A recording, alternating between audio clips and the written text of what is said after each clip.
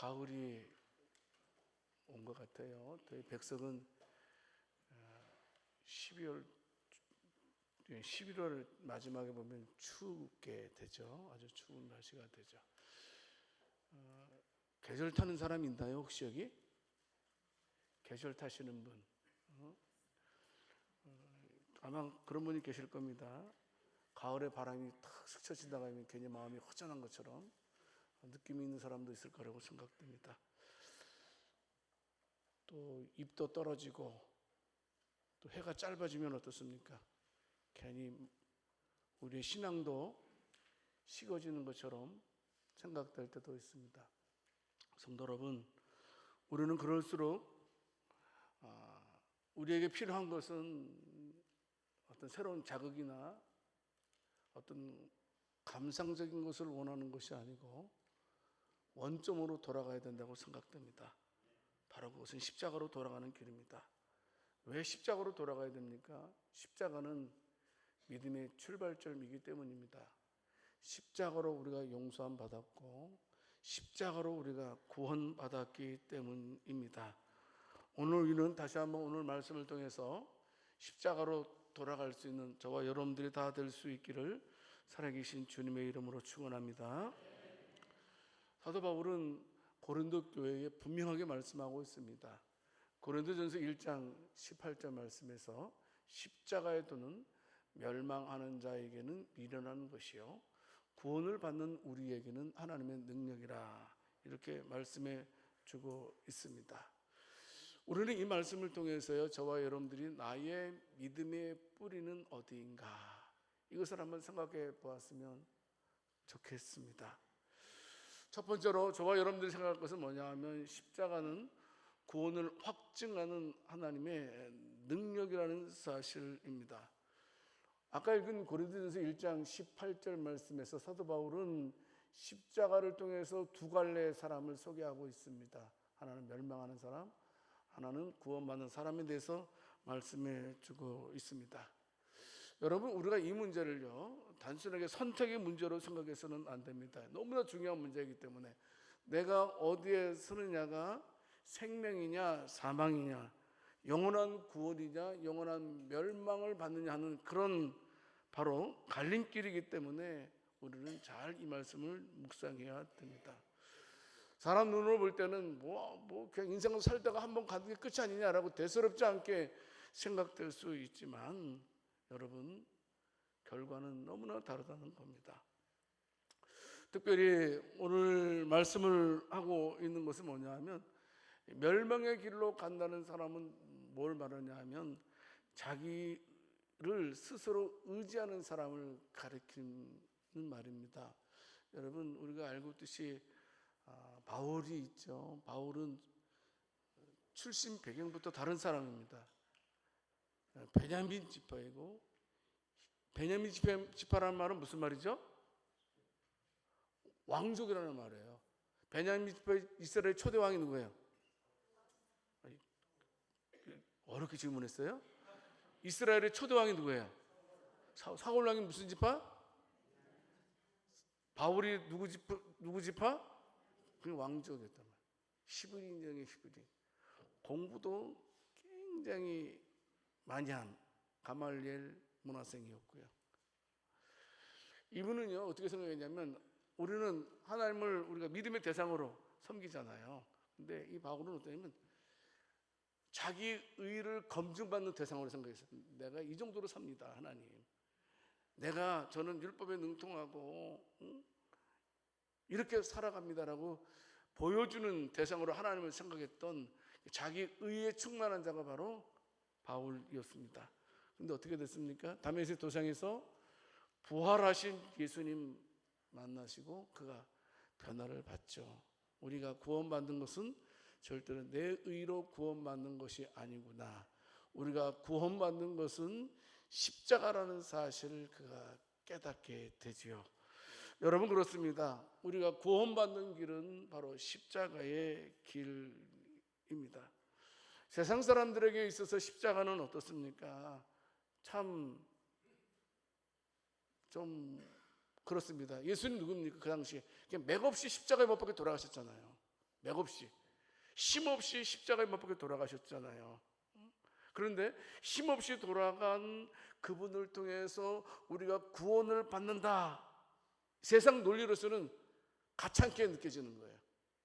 그래서 이왕이면 세상은 힘 있는 자가 강한 자잖아요. 그럼 얼굴에 좀 표정 좀 있으세요? 그냥 세상은 힘 있는 자가 강한 자예요? 힘이 없는 자가 강한 자예요? 근데 예수님 맥없이 돌아가셨잖아요. 저런 자가 우리를 어떻게 구원을 해? 이런 논리로 생각을 하게 됩니다. 그래서 그 십자가에 대해서 세상 사람들은 조롱을 하죠.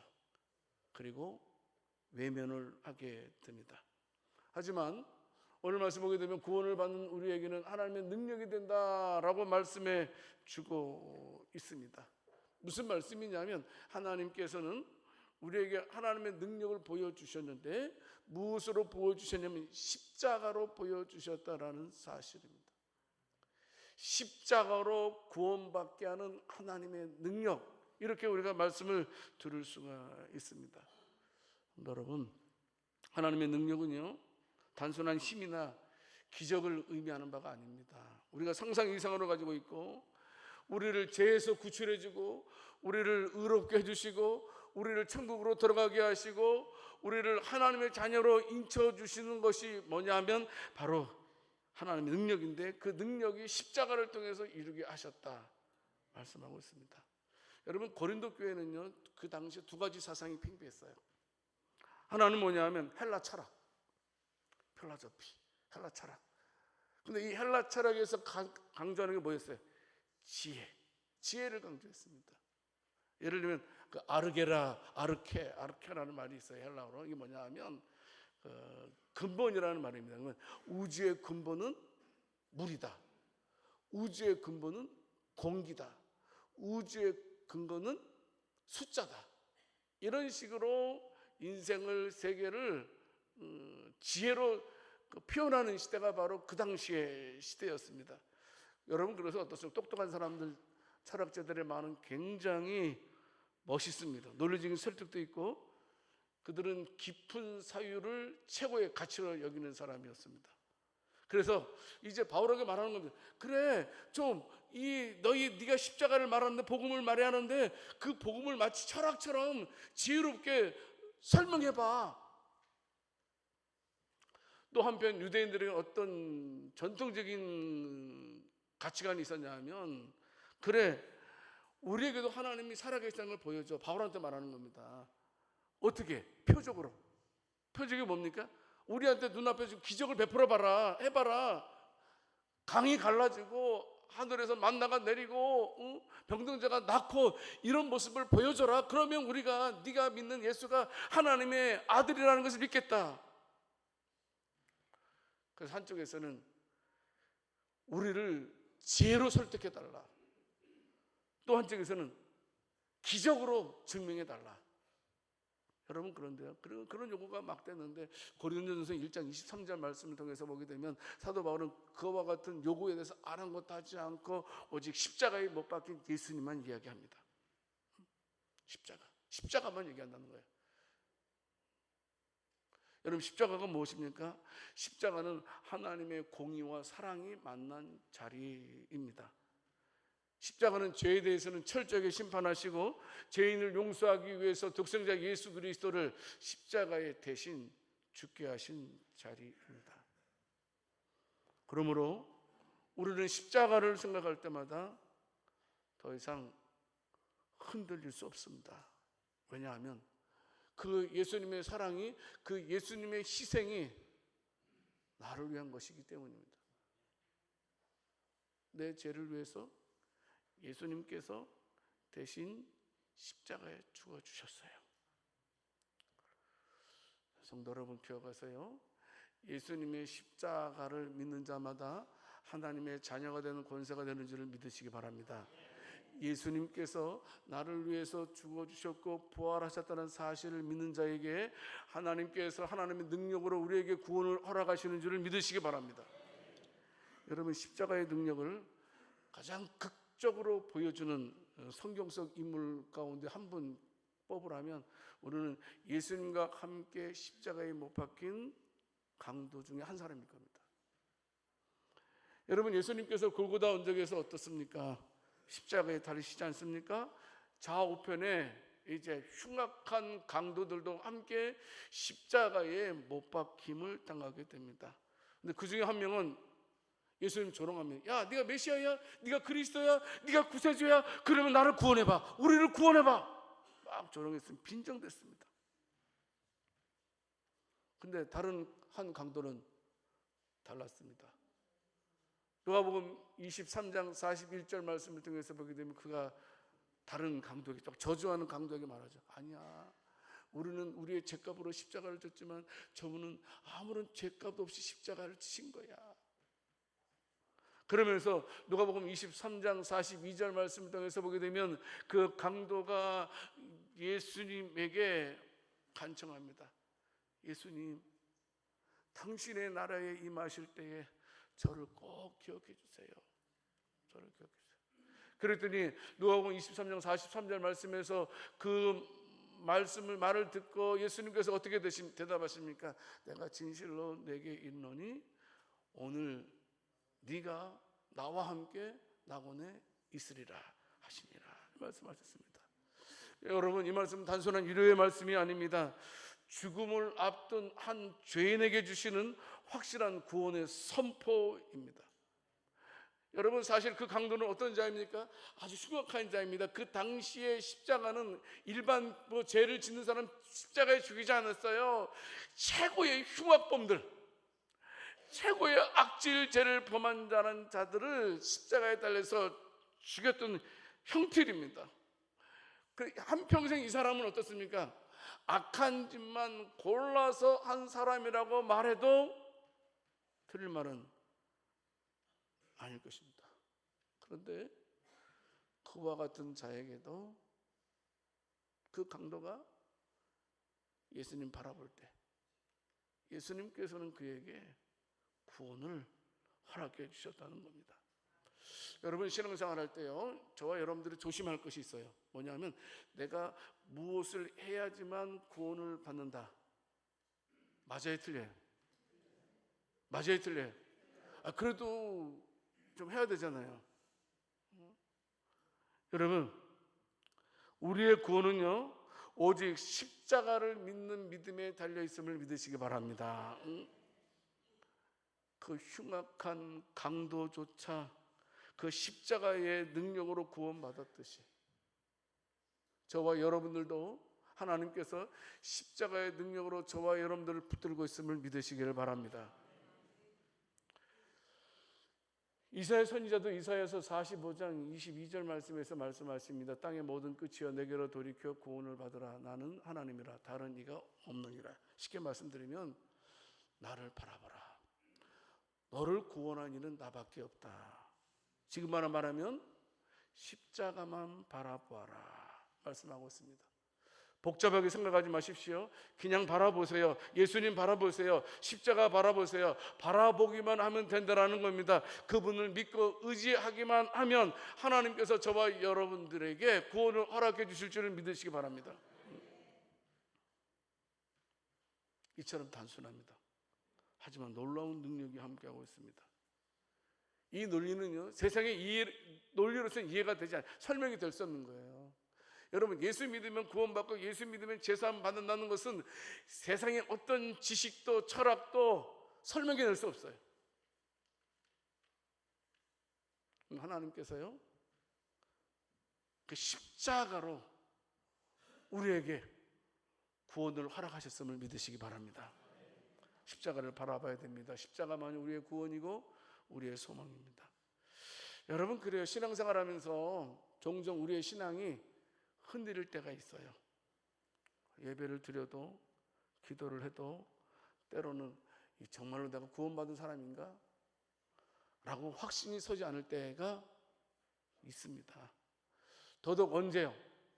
어려운 일을 당할 때, 나에게 힘든 일을 당할 때, 아니 하나님이 살아계시다면 나에게 이런 일이 일어날 수 있단 말인가 하면서 하나님을 원망하면서 그렇게 할 때, 또 내가 실수해서 넘어졌을 때, 여러분, 우리는 너무나 쉽게 낙심하면서 좌절하는 경우가 많이 있습니다. 여러분, 그럴 때마다 우리가 무엇을 바라봐야 된다고요? 십자가입니다. 분명 십자가입니다. 우리가 십자가를 바라볼 때에 우리는 다시 구원의 확신을 되찾게 되는 것입니다. 성도 여러분, 꼭 기억하십시오. 구원은 우리의 행위에, 우리의 감정에 달려 있는 것이 아니고 십자가에 달려 있음을 믿으시기 바랍니다. 누구든지 예수님을 믿기만 하면 하나님의 자녀가 되는 권세를 허락하심을 믿으시기 바랍니다. 어떤 상황 속에서라도 십자가를 바라볼 수 있기를 원합니다. 그래서 꼭 이 가운데 많은 분들이 십자가의 은혜를 경험할 수 있기를 살아계신 주님의 이름으로 축원합니다. 우리는 날마다 이런 고백이 있었으면 좋겠습니다. 주님, 저의 구원은 십자가 위에 있습니다. 또 이렇게도 고백했으면 좋겠습니다. 특별히 내가 연약할 때, 내가 힘들 때, 내가 어려울 때에 예수님의 십자가는 여전히 나를 붙들고 있습니다. 따라서 해보세요. 예수님의 십자가는 나를 여전히 붙들고 계십니다. 믿습니까? 이걸 믿으셔야 됩니다. 이걸 붙들어야 된다는 사실입니다. 여러분, 교회 안에서도요, 어떻게 해요? 우리 모두가 다 십자가로 살아가는 존재로 생각해야 됩니다. 십자가의 은혜로. 여러분, 십자가로 은혜로 살아가는 사람은 절대로 다른 사람 정죄하지 않아요. 비교하지도 않습니다. 구원의 확신은 감정의 문제가 아니고 믿음의 고백입니다. 우리의 매일의 삶 속에서 십자가의 뿌리를 내리는 구원의 확신 속에서 살아가는 우리 모든 성도들이 다 될 수 있기를 살아계신 주님의 이름으로 축원합니다. 첫 번째는 십자가의 능력이라고 그랬어요. 두 번째는 십자가는 하나님의 지혜라는 겁니다. 바울은 고린도전서 1장 21절 말씀에서 하나님의 구원 역사는 인간의 지혜를 뛰어넘는다, 이렇게 말씀해 주고 있습니다. 당시 사람들은 오랜 세월 동안, 아까도 말씀드렸지만, 지혜를 통해서 진리를 찾으려고 했습니다. 철학을 통해서 존재의 의미를 해석하려고 했던 것이 바로 그 당시의 문화였습니다. 여러분, 그런데 하나님께서는 그런 인간의 시도와는 전혀 다른 방식으로 진리를 깨닫게 해주셨습니다. 그게 뭐냐 하면 전도에 미련한 것으로 믿는 자들을 구원하시기를 기뻐하셨다라고 말씀해 주고 있습니다. 무슨 말? 십자가라는 복음으로 사람을 구원하시기를 기뻐하시는 하나님이라는 말씀이죠. 여러분, 그런데 이 전도에 미련한 것이 뭡니까? 쉽게 말씀드리면 단순하다. 복음은 단순하다는 겁니다. 복음은 복잡하지 않는다는 겁니다. 여러분, 복음이 단순하다는 건 예수님께서 나를 위해서 십자가에 죽으시고, 예수님께서 나를 위해서 부활하시고, 예수님께서 나를 위해서 승천하시고, 예수님께서 장차 나를 위해서 재림하실 거고, 장차 예수님께서 나를 영원토록 천국에서 같이 함께 왕 노릇하게 하실 분임을 믿는 것. 복잡하지 않습니다. 그런데 여러분, 어떻습니까? 예수님의 이름으로 구원을 얻는다는 것은, 이 단순한 복음은 세상의 논리로서는 설명되지 않습니다. 그래서 헬라인들도 조롱을 했죠. 유대인들도 믿지 않았습니다.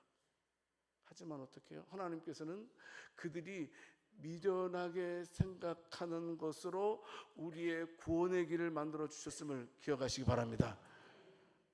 하나님의 지혜는요, 사람의 지혜와는 다릅니다. 분명히 다릅니다. 이사야에서도 보면 말씀하고 있지 않습니까? 하나님의 생각은 우리보다 높아요. 하나님의 생각은 우리보다 깊어요. 우리가 하나님의 어떤 것을 다 이해할 수 없어요. 하나님께서 십자가를 통해서 우리를 예수 믿게 구원받게 하셨다는 것을 하셨지만, 우리가 온전히 다 그것을 이해할 수는 없습니다.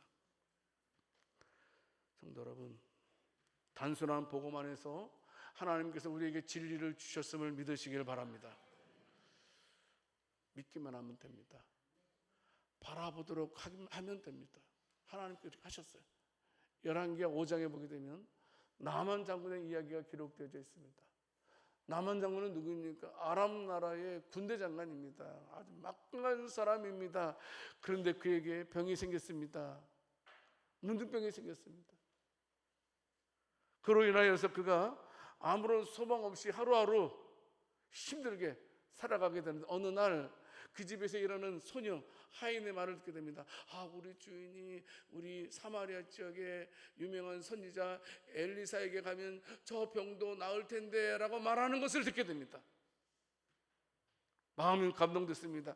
그래서 나아만 장군은 큰 선물을 준비해 가지고 이스라엘로 향하게 됩니다. 여러분, 그런데요, 그가요 많은 선물을 가지고 엘리사에게 찾아갔지만 엘리사는 나오지 않았습니다.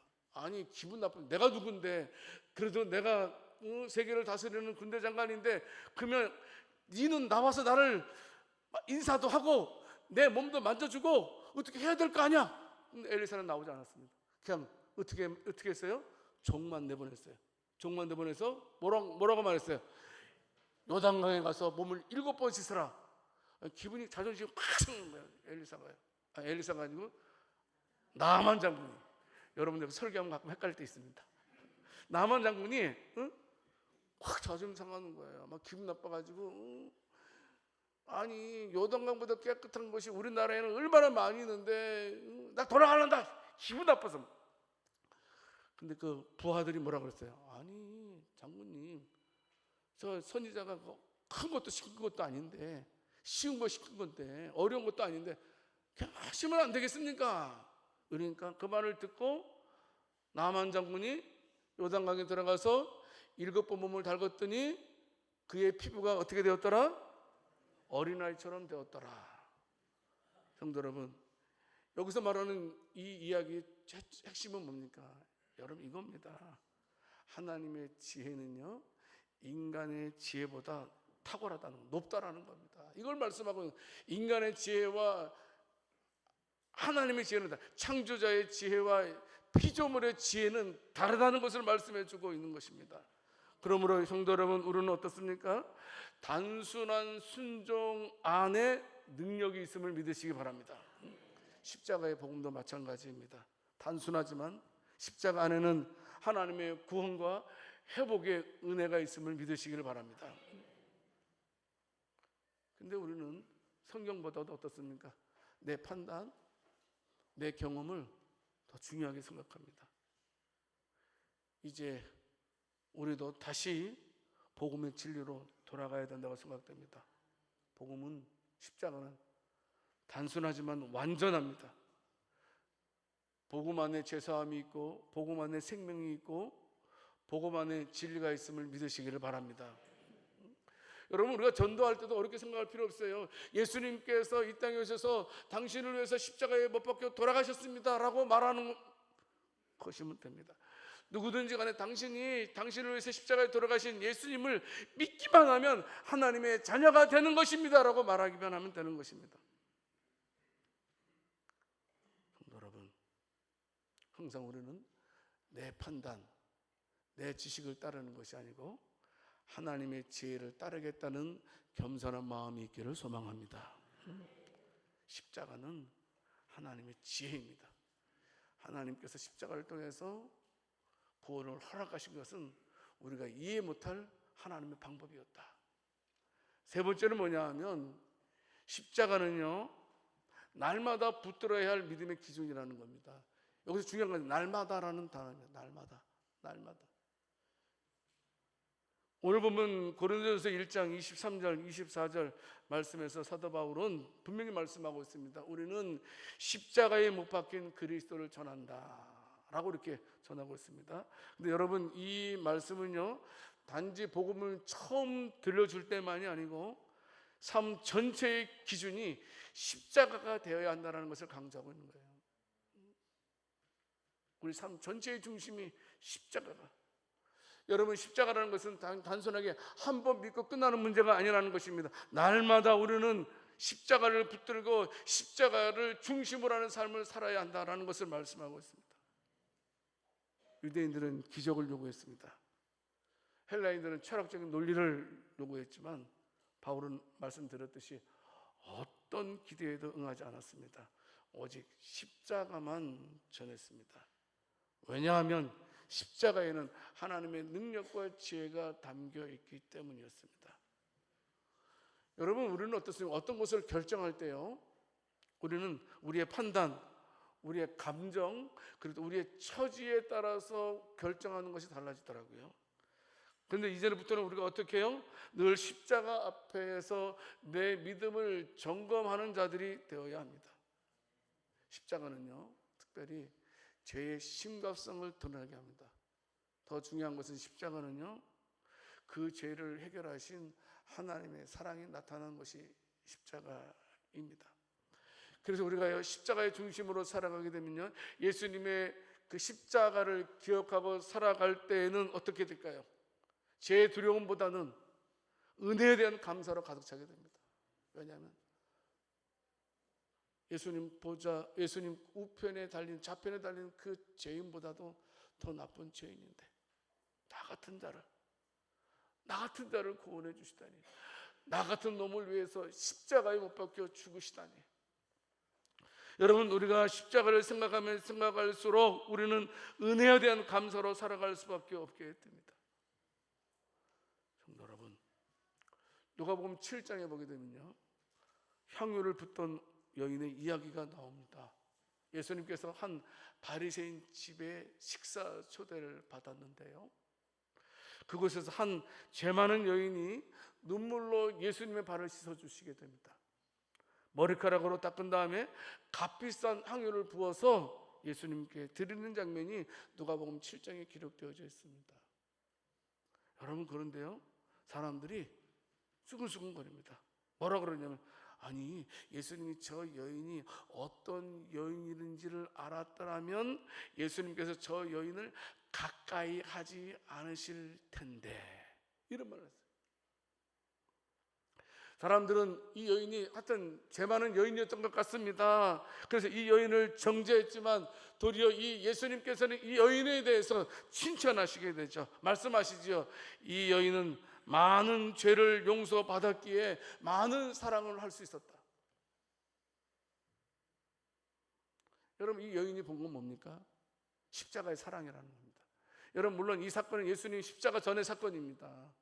하지만 이 사건을 통해서 말씀하는 건 뭐냐면, 이 여인은 무엇을 보냐면 예수님의 그 용서의 은혜, 그리고 하나님의 사랑을 보았다는 겁니다. 그래서 자신에게 자신을 베풀어 주신 하나님의 사랑에 감동해서 그가 향유를 하나님께 예수님께 깨뜨릴 수 있었다는 겁니다. 여러분, 이 여인의 고백은 오늘 우리에게도 똑같이 적용됩니다. 날마다 십자가 앞에서 우리의 죄를 고백하고 우리가 그 사랑을 새롭게 경험하면서 감사로 살아가는 것이 진정한 믿음의 길입니다. 성도 여러분, 우리는 무엇을 가지고 기준을 삼고 있습니까? 십자가가 저와 여러분들의 기준이 될 수 있기를 원합니다.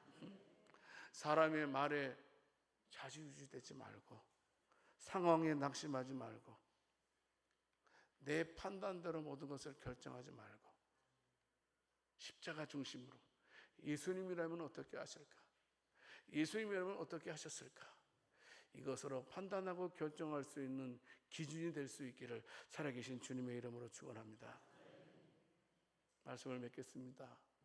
십자가는 우리를 구원할 하나님의 능력입니다. 누구든지 십자가를 믿기만 하면 구원받도록 하나님께서 은혜를 베풀어 주셨습니다.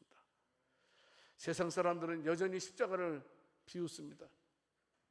여러분, 전도하러 나가보게 되면 예수님 믿으세요 그러면 여러 가지 반응들이 있는 것을 말씀드리지 않았습니까?